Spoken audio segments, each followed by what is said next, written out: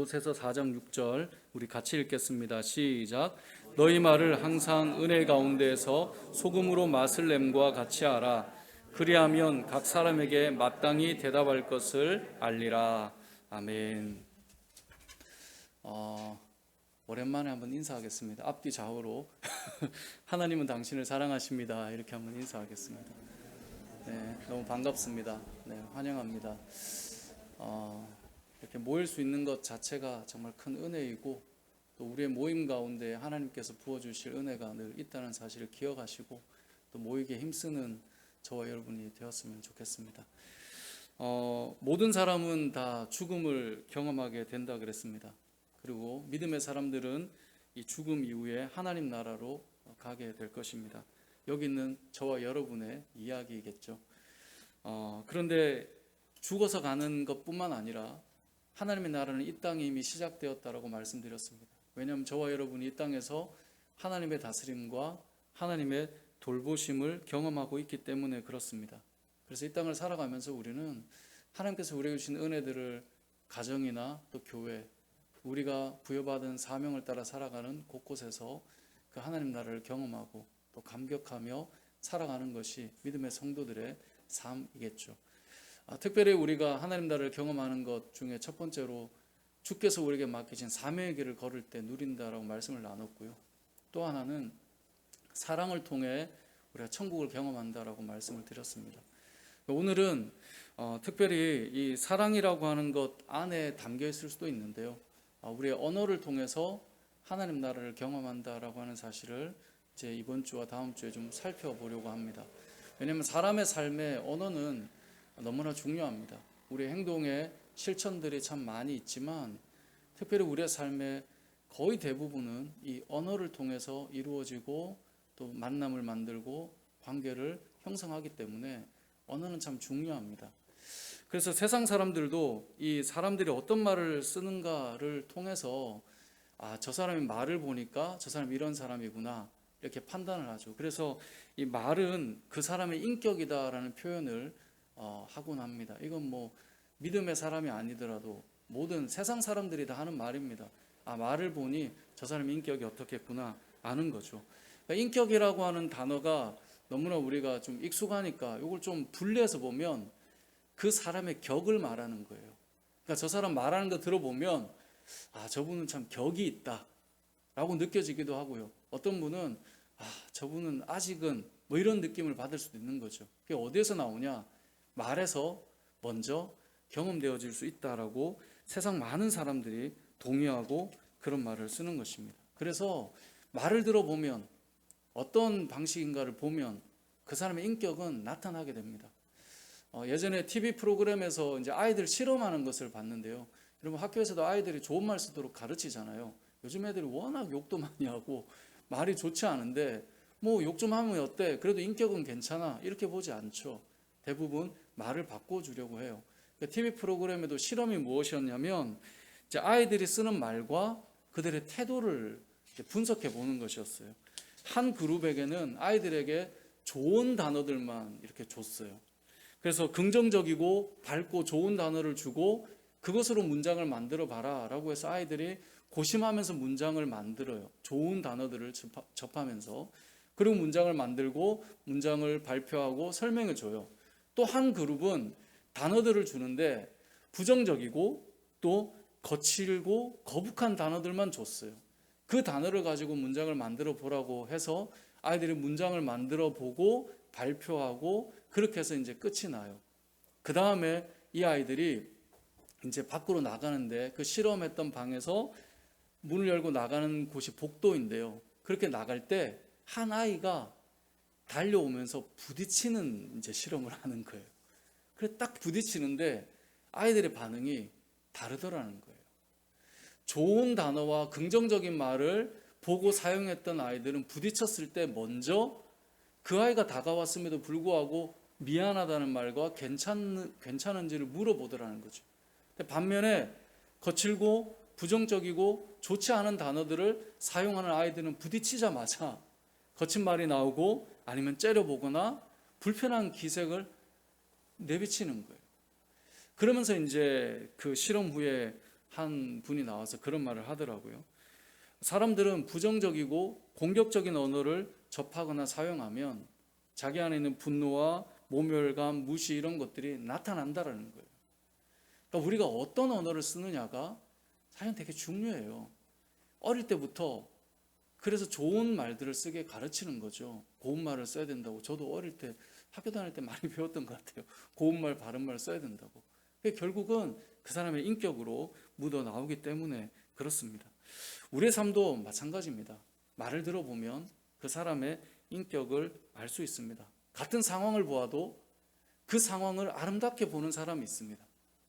같은 상황을 보아도 그 상황을 아주 부정적이고 실패적 요소로 바라보는 사람이 있습니다. 그 사람이 어떻게 보느냐에 따라 그 사람이 어떤 그림과 어떤 걸음을 걷는지를 알 수 있게 된다는 거죠. 가끔 그렇게 말하는 분도 있습니다. 부정적인 말을 하면서 난 이거 팩트야. 팩트를 말해줘야 되는 거야. 이런 말을 하지만 사실 긍정적인 말을 하는 분도 팩트입니다. 양쪽 다 팩트인데 한쪽 부분을 지금 말하고 있는 겁니다. 한쪽은 희망적인 면에 이제 팩트를 말한 거고 한쪽은 부정적인 면에 팩트를 말한 거예요. 그래서 그 말로 자신을 변호하는 것은 안타깝지만 온전한 변호는 되지 않습니다. 예전에 그런 글을 본 적이 있습니다. 이제 한쪽 눈을 다친 왕인데요.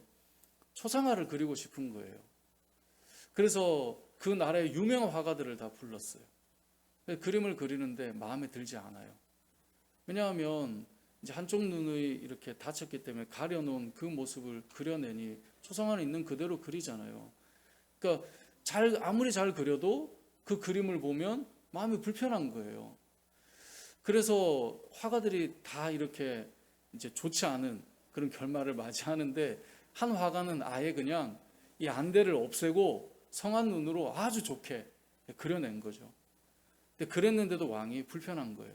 왜냐하면 자기 모습은 아니니까요. 요즘에도 이제는 사진으로 사람을 분별하기 어려울 정도로 요즘 어플이 발달해가지고 저 이런 사람입니다 보내면 얼굴이 한 10% 남아있다고 이런 얘기도 하고 그러더라고요.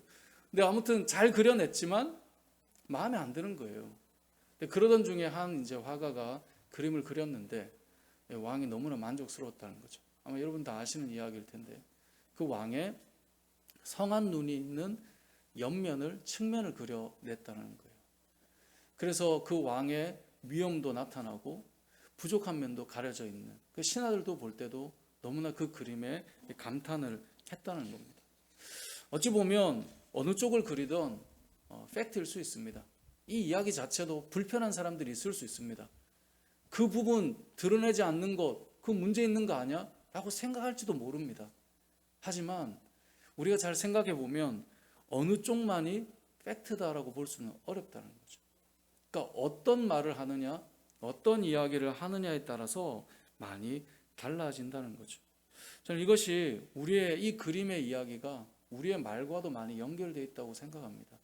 우리가 어떤 상황을 그려내고 말할 때 우리가 무엇을 말하는가, 그것은 상당히 중요합니다. 오늘 본문의 내용이 그러한 내용을 담고 있습니다. 오늘 본문의 말씀 무엇이라고 기록되어 있습니까? 한 절이니까 우리 한 번 더 읽어보겠습니다. 시작. 너희 말을 항상 은혜 가운데에서 소금으로 맛을 냄과 같이 하라. 그리하면 각 사람에게 마땅히 대답할 것을 알리라. 아멘. 자, 너희 말을 이제 말을 하는 거에 대해서 성경 말씀하겠죠. 항상 뭐 가운데서 해요? 은혜 가운데서 하라고 되어 있습니다. 한 주간 이 은혜라고 하는 단어를 어떤 것으로 설명을 좀 나누면 좋을까? 되게 많이 이제 성경의 은혜에 대한 단어와 상황은 참 많으니까요. 무엇으로 나눌까 많이 묵상하다가 이제 법궤에 대한 언약궤에 대한 생각을 좀 해봤는데요. 우리가 말을 할 때는 이 은혜 가운데서 해야 된다라고 하는데 일단은 은혜라고 하는 뜻이 무엇입니까? 은혜는 자격이나 조건이 되지 않지만 주어지는 것을 말해요. 그러니까 예를 들면 부모님의 은혜, 왜 부모님의 은혜입니까? 자녀가 부모님이 바라볼 때 그 기대치나 또 어떤 완벽한 그 점수를 가져오지 않아도 부모님은 사랑하잖아요. 부모님에게는 은혜를 붙이잖아요. 또 누구에게 은혜를 붙입니까? 스승의 은혜가 있죠. 선생님들이 좀 부족하고 못나고 잘 못했다고 학생을 내치거나 너는 소망도 없어 이렇게 하지 않죠.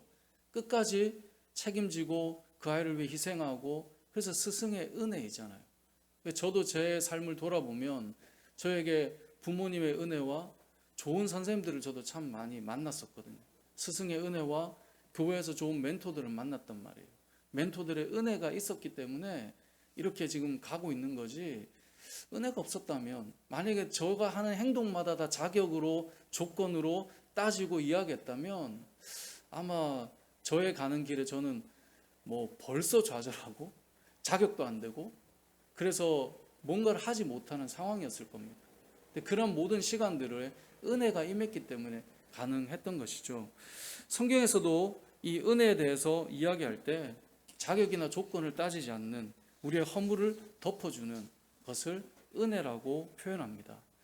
그래서 가장 좋은 부분이 아까 말씀드린 대로 언약궤를 생각했는데요. 히브리서 4장 16절에 이런 말씀이 있습니다. 그러므로 우리는 긍휼하심을 받고 때를 따라 돕는 은혜를 얻기 위하여 은혜의 보좌 앞에 담대히 나아갈 것이니라 라고 되어 있어요. 그래서 은혜의 보좌라고 하는 것은 구약 성경에 보면 시은좌라고 표현할 수 있습니다. 시은좌는 뭐냐면 하나님의 은혜가 임하는 자리예요.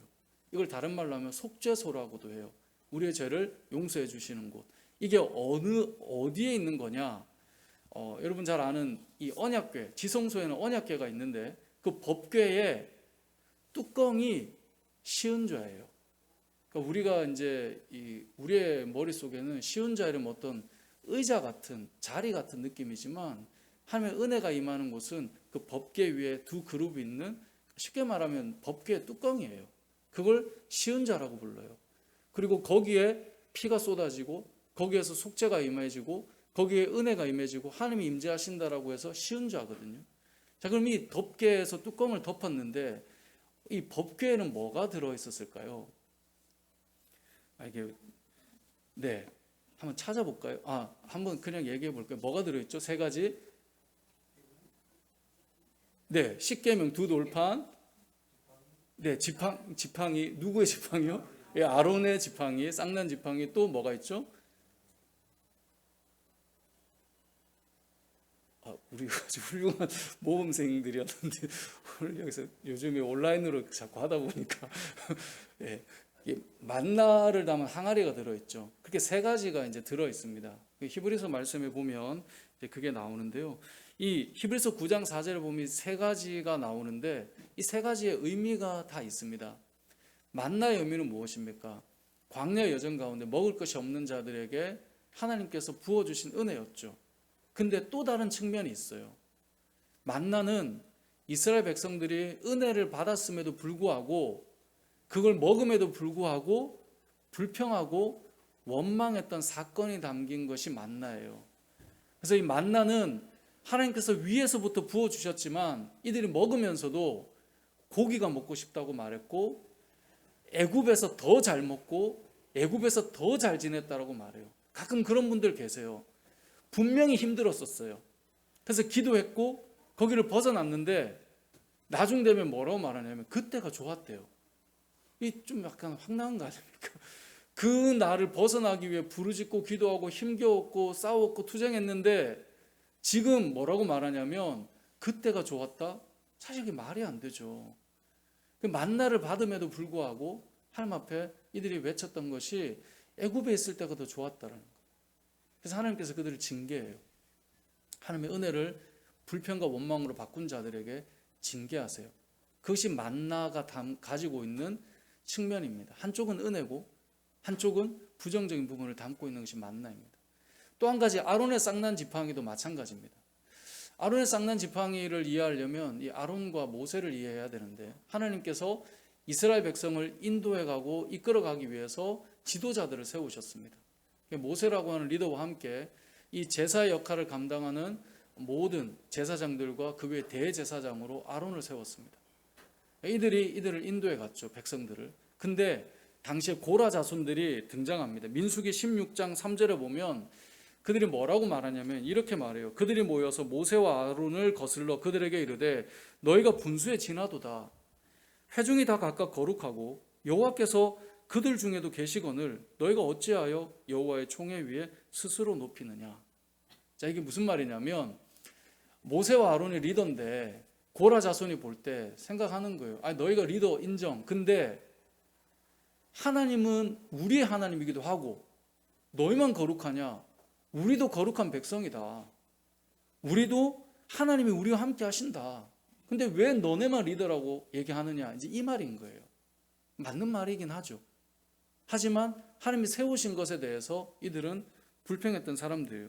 왜 너희가 리더라고 자꾸 말하느냐? 우리도 하나님 믿는 사람이야 라고 말하는 거예요. 그래서 이들이 했던 게 뭐냐면 16장 1절에 당을 지어요. 16장 2절에 보면 나름 신앙생활 좀 한다는 사람들을 불러 모아요. 그래서 반기를 든 거죠. 이것 때문에 이제 문제가 일어나는데 현대교회도 좀 비슷한 경우들이 있습니다. 이제 직분자를 다 없애는 교회들이 있거든요. 예를 들면 목회자가 설교하는데 아니 다 같은 우리는 왕 같은 제사장인데 무슨 목사만 설교하느냐? 돌아가면서 하자. 그래서 회중교회들이 있어요. 돌아가면서 설교해요. 아니 무슨 교회 장로가 필요하냐? 너만 거룩하냐? 너만 엘더냐? 우리 다 하나님 백성인데 세우지 않아요. 직분자가 없어요. 다 동일해 보이죠. 어찌 보면 인간적인 모습으로 보면 그럴듯한 말이지만 저는 제가 늘 믿는 건 뭐냐면 아무리 사람이 이런저런 이론적으로 좋은 말을 꺼내도 하나님이 세우신 말씀대로 가는 게 저는 늘 옳다라고 늘 생각합니다. 예를 들어 목사가 있는데 목사가 좀 죄를 지었어요. 목사 없애는 것이 훌륭하다. 저는 그렇게 생각하지 않습니다. 목사가 바로 서도록 기도를 하고 하나님께서 말씀하신 대로 가는 것. 장로를 세우고 권사를 세우고 집사를 세우고 아니 직분자 세워봐야 그들과 우리가 뭐가 다른데? 아니요. 달라야죠. 그들을 왜 세웠는데요? 성경에 나오잖아요. 그렇다면 잘못된 것들을 고쳐서 바로 서게 해가는 것이 하나님의 뜻이지 다 없애고 돌아가면서 하고 그게 아니라는 거죠. 근데 이 고라 자손들이 그랬다는 거예요. 그들이 생각할 때 우리도 하나님 백성이고 우리도 거룩하고 우리도 주의를 하지 않느냐? 왜 너희만 스스로 리더고 대제사장이고 이렇게 붙이느냐? 라고 얘기가 된 거예요. 이것 때문에 민수기 16장을 보면 하나님께서 이들을 심판하세요. 이들의 그 마음의 근본 원인이 교만이었기 때문에 심판을 하시는데 그리고 온 백성들이 이제 이 병에 걸려요. 근데 병에 걸릴 때 또 이 모세와 아론이 이들을 위해 제사를 지내요. 이들을 위해 예배를 드리고 이들을 위해 기도해 줘요. 되게 좀 아이러니하죠. 막 이렇게 해가지고 이들이 하나님의 징계를 받았는데 잘됐다 괘씸했는데 이게 아니라 이들을 다시 품고 기도하며 치유를 위해 나가는 거예요. 그렇게 해서 회복돼요. 그 다음에 민수기 17장에 모세가 말하는 게 있습니다. 각 지파마다 지팡이 하나씩 가져와라. 그렇게 해서 각 지파마다 가져온 지팡이에서 싹이 난 지팡이가 하나님 세우신 리더라고 너희들이 받아들이면 된다. 그래서 아론의 지팡이에 싹이 난 그 사건이 민수기 17장입니다. 아론이 얼마나 훌륭하냐 그걸 말하는 게 아니에요. 하나님이 그냥 세우신 거예요. 히브리서에 보면 아론이 자격이 있어서 된 게 아니에요. 그냥 세우신 거예요. 그리고 우리는 그 사실을 받아들이는 거거든요. 그래서 이 아론의 쌍난 지팡이는 무엇을 담고 있겠습니까? 이들의 교만함과 이들이 그것을 꺾으려고 했던 것이 그 안에 담겨 있는 거예요.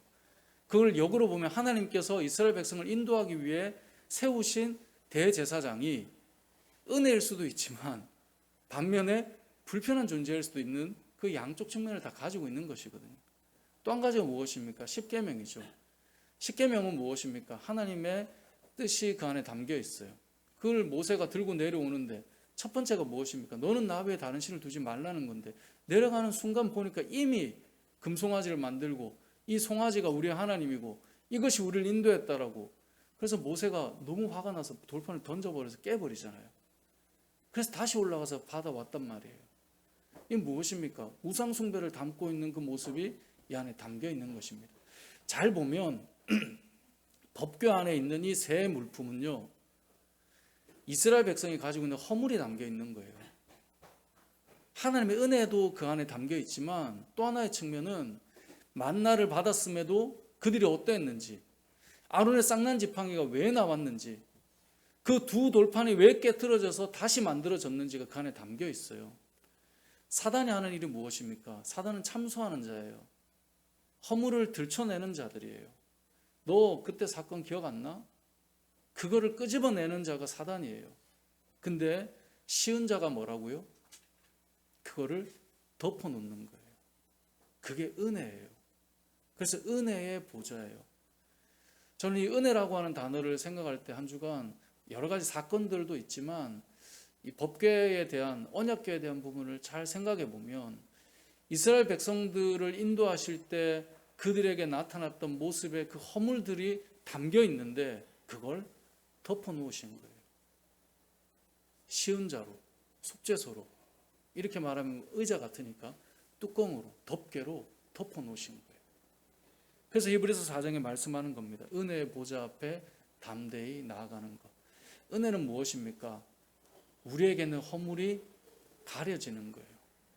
자, 다시 골로새서 4장 6절로 가보면 이렇게 말합니다. 너희 말을 항상 은혜 가운데서라고 되어 있어요. 이 말은 결국은 우리가 이 땅을 살아갈 때 우리의 말에 은혜가 흘러야 돼요. 이 은혜가 흐른다는 말을 되게 좀 추상적으로 그리지 말고요. 하나님의 은혜의 보좌의 개념으로 접근해 보면 우리의 말에는 어떤 사람의 허물을 들춰내고 부정적이고 어떤 거칠고 이런 이야기들이 아니에요. 그게 덮여져 있는 이야기가 되어야 된다는 거예요. 그것을 오늘 성경 본문이 말씀하고 있는 것입니다. 그래서 성도의 입술에서는 은혜라고 하는 것이 늘 흘러야 된다고 생각합니다. 우리의 말을 통해 부정적이고 허물과 약점이 막 나오면서 그게 팩트라고 말하는 것은 사실 어리석은 이야기입니다. 왜 좋은 팩트와 좋은 것들을 말하지 못하는가? 우리 안에 담겨있는 이 거칠음 때문에, 세상 말로 하자면 아직 격이 그만큼 가지 못했기 때문에일 텐데요. 이 은혜라는 말은 그래서 저는 필터와 같다고 생각합니다. 어떤 사람이 A에 대해서 막 이야기를 해요. 제가 최근에 그런 생각을 참 많이 하는데 어떤 사람이 A에 대해서 막 말을 할 때 그걸 듣는 자가 필터가 돼줘야죠. 그런 것 때문에 힘들겠구나. 근데 그렇지는 않을 거야 라는 말이 있다면 그 사람은 한번 걸러질 거예요. 근데 어떤 때는 맞다고, 너 바로 봤다고 이렇게 하면서 가면 그 사람의 마음이 더 부정적이고 좋지 않은 것으로 불을 지피지 않겠습니까? 우리가 생각해야 될 것은 이 은혜는 필터와 같아서 우리의 삶 속에 대화를 할 때 이런 것들이 걸러지는 것이 필요합니다. 여러분 잘 생각해 보십시오. 대화를 할 때 여러분 어떤 사람과 대화하면 좋습니까? 긍정적이고 뭔가 칭찬이 되고 사람이 세워지는 말을 하는 분과 대화할 때 대화를 하고 싶습니다. 만났는데 불편하고 부정적이고 너 한쪽 눈은 그렇잖아를 계속 언급하는 사람과 대화할 사람은 없습니다. 한 번은 가능하겠죠. 두 번은 참아내겠죠. 계속 자신의 불편한 이야기를, 약점을 계속 이야기하면서 언급한다면 그 상처 때문에 결국은 피할 수밖에 없을 것입니다. 그래서 에베소서 4장 29절은 이렇게 말씀합니다. 우리 말씀을 한번 찾아볼게요. 골로새서 그 앞이 이제 에베소서인데요. 에베소서 4장 29절을 한번 찾아보겠습니다.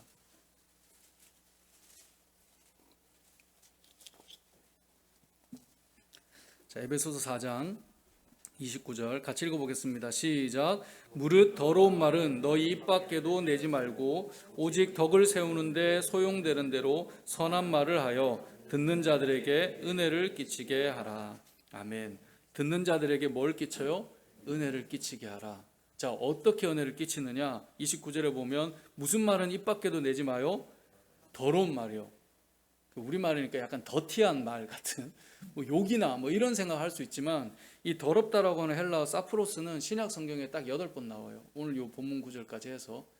근데 어떤 때 사용되냐면 마태복음 7장에 보면 좋은 나무는 아름다운 열매를 맺고 못된 나무는 그렇지 못한 열매를 맺는 이야기 나오죠. 못된 나무, 못되다 할 때 이 사프로스라는 단어를 사용해요.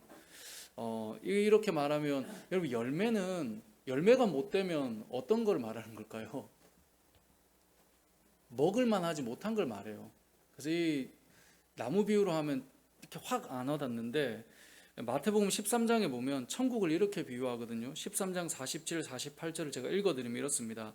또 천국은 마치 바다에 치고 각종 물고기를 모으는 그물과 같으니 그물에 가득함에 물가로 끌어내고 앉아서 좋은 것은 그릇에 담고 못된 것은 내버리느니라. 그래서 못됐다라고 하는 것은 먹을 만한 게 안 되는 거예요. 그래서 이 사프로스라고 하는 단어는 원래 쓸모없다, 무가치하다, 무익하다 이런 뜻입니다. 우리말로 이제 하다 보니 못된 말, 못된 것, 더러운 말 이렇게 표현됐는데 무익하다 이 말이에요. 그래서 에베소서 4장 29절을 다시 잘 보면 무릇 더러운 말은 너희 입 밖에도 내지 말고 오직 덕을 세우는데 소용되는 대로, 말을 할 때 세우는데, 덕을 세우는데 소용되는 선한 말을 하라는 거예요. 근데 여기 더럽다라는 말은 그건 뭘까요? 덕을 세우는데 무익한 말들이 있다는 거죠. 그 말을 하고 싶은 거예요. 우리가 이 땅을 살아갈 때 누군가를 세우는 말이 있고요, 누군가를 허무는 말이 있어요. 성도의 삶은 은혜를 끼치는 말이 되어야 되는데 세우는 말이 되어야 된다는 것입니다. 말이 아무것도 아닌 것 같아도 야고보서 3장에 보면 그 큰 배를 움직이는 것이 작은 키에 달려있다고 말하잖아요. 그리고 그 키가 우리의 말과 같다고 말하거든요. 우리의 언어는 방향을 이끌어갑니다. 우리의 언어는 방향을 잡아가는데요, 어떤 사람은 끊임없이 세워가는 사람이 있고요, 어떤 사람은 끊임없이 세우는데 무익한 그런 말들이 나오는 사람들도 있다라는 거예요. 성도에게 어떤 말들이 필요한가를 오늘 본문은 말씀해주고 있는 것입니다. 예전에 그런 생각을 해봤습니다. 아니, 교회 다니면서 어떻게 그래? 근데 교회 다니면서 그렇게 하는 게 가능하더라고요. 저를 보니까. 그러니까 아니, 너 이렇게 한다면서 어떻게 그럴 수 있어? 여러분, 신앙생활을 해도요, 말이 다 변하는 건 아니에요. 그러니까 성경이 기록하고 있는 것 같아요. 만약에 예수 믿으면 말이 다 곱게 나온다면 굳이 성경을 쓸 필요 있을까요? 예수 믿으면 다 말이 바뀌었는데. 근데 지금 골로새서 이 말씀은 골로새 교회 성도들에게 쓴 거잖아요. 예수를 믿지만 이 믿음의 삶들의 언어가 잘 바뀌어져 있지 않고 필요한 것들을 지금 꺼내서 얘기하고 있는 거거든요. 그러니까 우리의 이야기예요. 아니, 목사가 어떻게 그래? 목사가 그렇더라고요. 그러니까 하나님께 주시는 말씀인 거죠. 이걸 바꿔가야 되는구나. 나에게 이런 것이 필요하구나. 골로새 4장 6절로 다시 돌아가 보면 너희 말을 항상 은혜 가운데에서, 그 다음 뭐라고 말하냐면 소금으로 맛을 냄과 같이 하라라고 되어 있습니다. 그러니까 그 말에 맛이 담겨 있어야 되는 거죠. 맛이 난다라고 하는 것은 그 상황에 가장 적절한 말이라고 생각하면 됩니다. 흔히 이제 그리스 사람들은 이 소금을 상황에 맞는 어떤 지혜로 많이 사용했었습니다. 물론 이 해석을 이제 조금씩 다르게 할 수도 있긴 한데, 그래서 여러분 이해하기 좋게 소금으로 맛을 낸다, 그 상황에 아주 적절한 말들을 해주는 것, 그것이 성도의 삶의 언어 생활이라고 저는 생각합니다. 그래서 말은 그냥 내 속에 있는 것을 막 끄집어내는 것이 아니라 생각하고 어떤 말을 해야 되는가를 고민하는 것이 중요합니다. 그래서 야고보서에도 보면 말이 많으면 허물이 많아요. 그래서 말을 잘 정제하고 줄이는 것이 지혜입니다. 그렇다고 오늘부터 말을 하지 말자 이게 아니라 지혜롭게 잘 절제하는 것이 필요하겠죠. 어떤 말을 사용해야 될지를 정리해 보는 것이 필요하겠죠. 예전에 읽었던 글 중에 그 프랑스 파리의 한 이제 국어를 하는 사람에 대한 글을 본 적이 있습니다. 요즘에도 이제 이런 장애가 있으면 사는 부분이 좀 어려움이 있어서 이제는 이제 복지로 많이 도움이 되지만 예전엔 좀 그러지 못했잖아요. 그래서 앞을 보지 못하는 한 사람이 이제 저는 앞을 보지 못하는 사람입니다 라고 하는 팻말을 붙여서 이제 다른 사람의 도움을 받아서 살아야 되는 형편이 되었었습니다.